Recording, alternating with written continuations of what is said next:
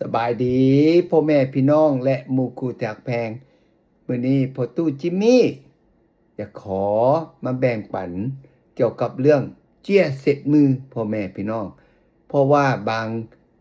อย่างข้าพเจ้าบ่เห็นดีนำก็บ่แม่นว่ามาติใส่ไผดอกมีแต่ว่า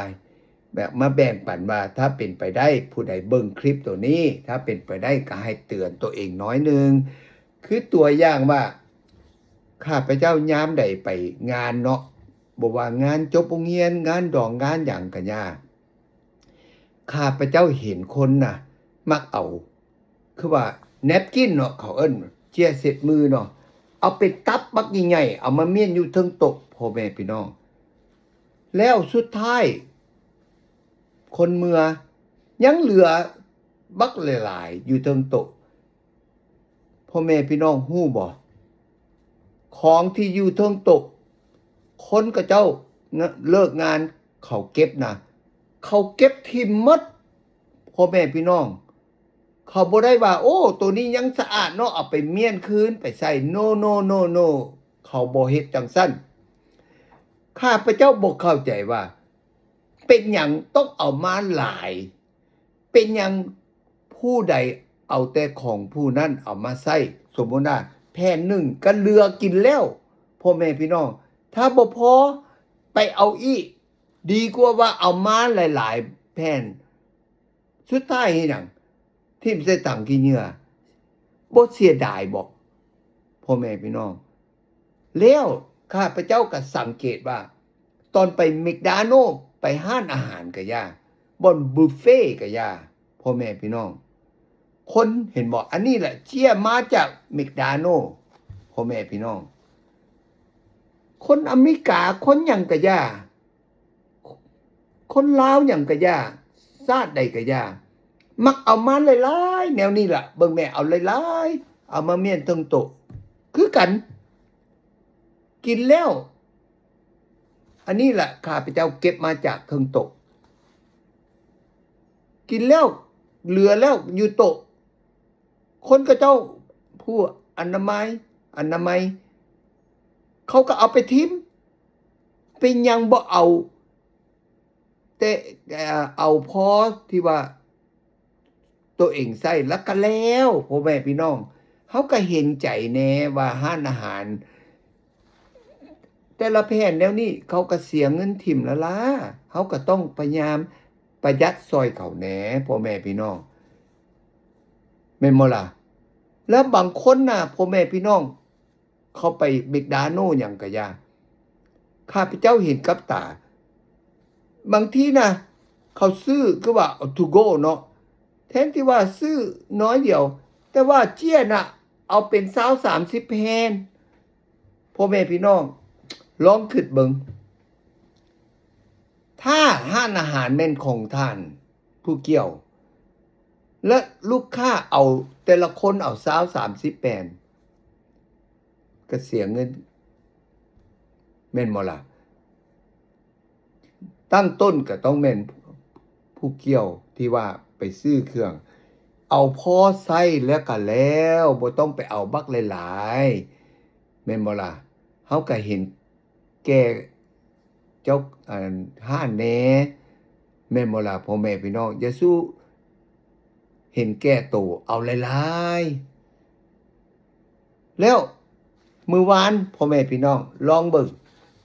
มื้อก่อนข้าพเจ้าขี่ยนต์ไปนิวยอร์กซอยคนไปสัมภาษณ์เอาบัตรเขียวอยู่ทงยนต์ขึ้นยนต์ปุ๊บเขาเสิร์ฟขนมเนาะและเสิร์ฟน้ำแล้วเขาก็ให้เจี้ยเสร็จมือเนาะแท้จริงบ่แม่นเจี้ยเสร็จมือเฉพาะดอกส่วนหลายคนก็เจ้าบ่ได้เสร็จหยังดอกเจี้ยตัวนี้น่ะแม่นก็เจ้าเอามาให้เฮาวางน้ำจอกน้ำบ่ให้มันเหน็งแท้จริงมันก็สะอาดเพราะว่าบ่แม่นคนอื่นใช้แม่นเฮาตัวเองเอามาวางน้ำซื่อๆเพราะจังซั่นข้าพเจ้าบ่เคยว่าเอาไปทิ่มเอาให้เขาไปทิ่มโนเก็บเอาเทื่อละแผ่นเห็นบ่ข้าพเจ้าขี่ยนต์ไปนิวยอร์กเก็บได้เบิ่งเด้อ8แผ่นพ่อแม่พี่น้องถ้าเอามาบ้านใช้เอามาเซ็ตโต บ่แม่นอันเช็ดมือแหมแล้วเอามาเช็ดถ้วยเช็ดหยังก็สิเป็นหยังแม่นบ่ล่ะดีกว่าทิ่มละล่าใส่ได้เฮาก็เอามาใส่แม่นบ่ล่ะและอีกอันหนึ่งพ่อแม่พี่น้องเจียแนวเห็นบ่ paper towel เขาเอิ้นเจียเช็ดมือเช็ดหน้าก็ได้ สมัยแต่กี้ออกเป็นแผ่นใหญ่แนวนี้เห็นบ่และสุดท้าย คนก็เจ้าหัวคิดไวเพราะว่าเป็นแผ่นใหญ่แนวนี้เสียดาย บางทีเอามาเสร็จน้อยเดียวแล้วก็ทิ่ม เดี๋ยวนี้ก็เจ้าสลัดเฮ็ดเป็นครึ่งหนึ่งเห็นบ่แป้งเป็นสองส่วนหลายเฮาใส่แผ่นหนึ่งก็เหลือเฟือแม่นบ่พี่น้องเพราะจังซั่นอันนี้ล่ะประหยัดได้เพราะว่าอย่างไปทิ่มอยู่ในแลนด์ฟิลเขาเอิ้นว่าทิ่มอยู่ในโลกเฮาขี้ดินนะโดนไปนะขี้เหงื่อเต็มในโลกเฮาน่ะเพราะจังซั่นเฮาต้องพยายามช่วยป้องกันบ่ให้ว่าโลกเฮาน่ะ Mother Earth สิเป็นโลกขี้เหงื่อไปเพราะจังซั่นแล้วบางทีข้าพเจ้าเมื่อยใจเห็นคนไปใส่ห้องน้ำอยู่เดินยนต์ซะป๊าโทพ่อแม่พี่น้องเขาล้างมือแล้วเขาดึงเจี้ยนะ20-30ใบเสร็จแต่มือวุดเดียวแล้วก็ทิ่มโอ้ยข้าพเจ้านึกบ่ออกว่าคนไปหยังบ่ใช้สมองแน่ถ้าเอาแผ่นเดียวกันเหลือเฟือแล้วเสร็จมือซื่อๆไปหยังต้องดึงแล้วเสร็จแล้วก็เสร็จแต่ทางนอกแล้วก็ทิ่มเป็นตับ no พ่อแม่พี่น้องเห็นอย่าสู้เห็นแก่ตัวอย่าสู้เปลืองเขาก็ซอยคนอื่นแน่ซอยอันน่ะซอยแก่คนอื่นที่ว่าอย่าสู้เปลืองแนวบ่เป็นตาเปลืองแล้วก็ทิ่มอยู่ใน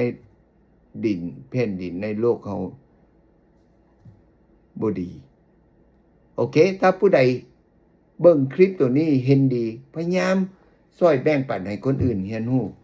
โอเคขอบใจพบกันโอกาสหน้าบายเด้อ